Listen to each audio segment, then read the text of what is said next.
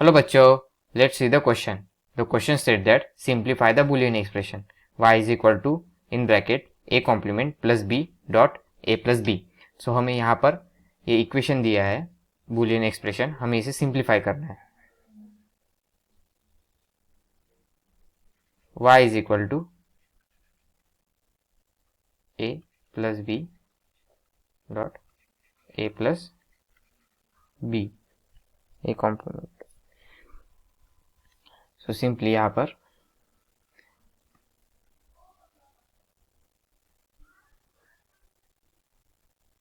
हम यहाँ पर डिस्ट्रीब्यूटिव लॉ का इस्तेमाल करेंगे. y इज इक्वल टू क्या होगा a plus b plus b a plus b. ए किस वजह से हो सका? Bye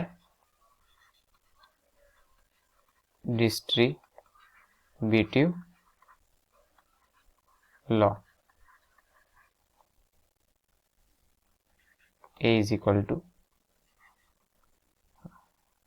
a dot a plus a complement dot b plus b dot a plus b dot b. ये किस कारण? By distributive. फिर से by distributive law.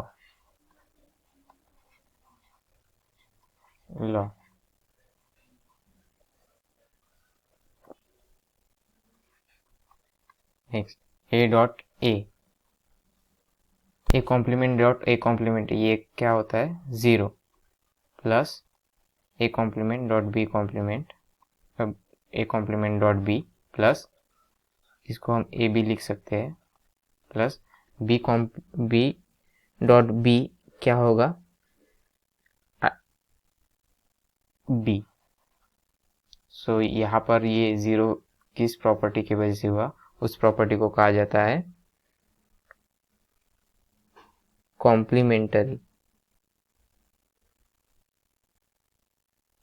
Complement bye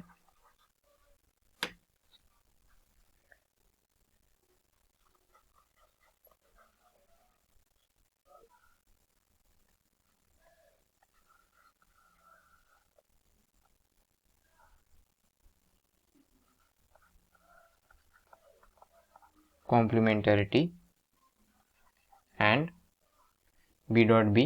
इसका सिंपली बी हुआ. इसे कौन सी प्रॉपर्टी कहा जाता है? इसे कहा जाता है आइडम्पोटेंसी.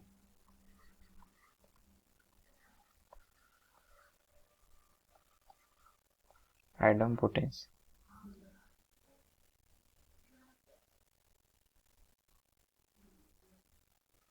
सो हमें अब तक इक्वेशन क्या मिला?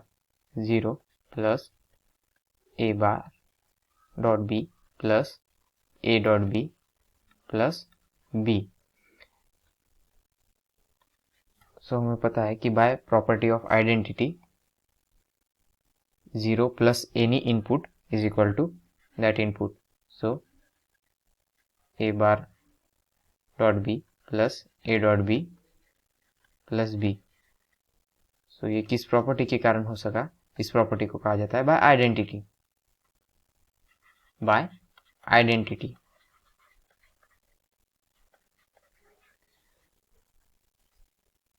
लेकिन अभी हम यहाँ पे देख सकते हैं कि यहाँ हर जगह b कॉमन है. सो हम अगर b को बाय डिस्ट्रीब्यूटिव लॉ से कॉमन ले तो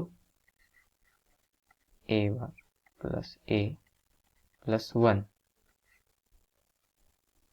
b डॉट 1 ऐसे भी लिख सकते हैं. सो ये भी बाय आइडेंटिटी प्रॉपर्टी से लिख सकते हैं. सो b कॉमन लिया.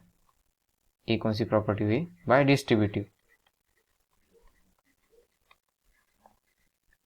बाय डिस्ट्रीब्यूटिव लॉ और by distributive property simply.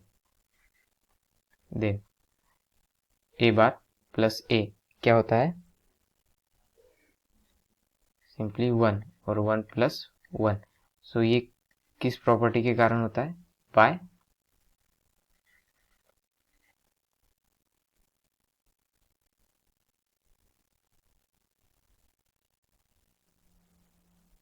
Complementarity.